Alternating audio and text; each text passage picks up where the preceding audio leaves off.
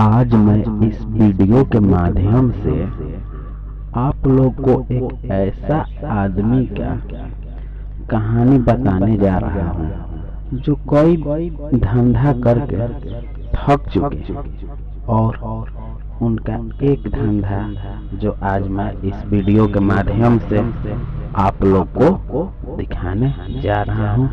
कृपया करके पूरा वीडियो देखिए। काबल गुरु जी आओ बैठो। एगो धंधा सोचले बनी का सुखे धंधा कोई जाए। ठीक बा गुरुजी का धंधा में कोई देखो तो कोई होता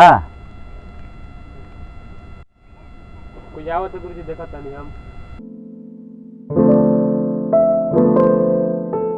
देखी गुरुजी उन्हें क्या आवत है।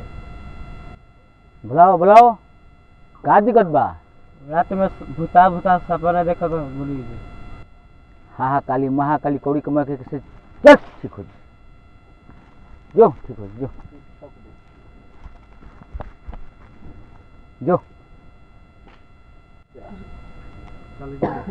का तोरा दिक्कत बा। रात में हमारा गिन काटता उसन लखेत लखेत के और दे गुरुजी दे धर आज झाड़ तो नहीं ना रे है ना। बोले गुरुजी हाँ काली महाकाली कौड़ी कमा के चल जय हो बाबा आजा तनी अब जो ठीक है जो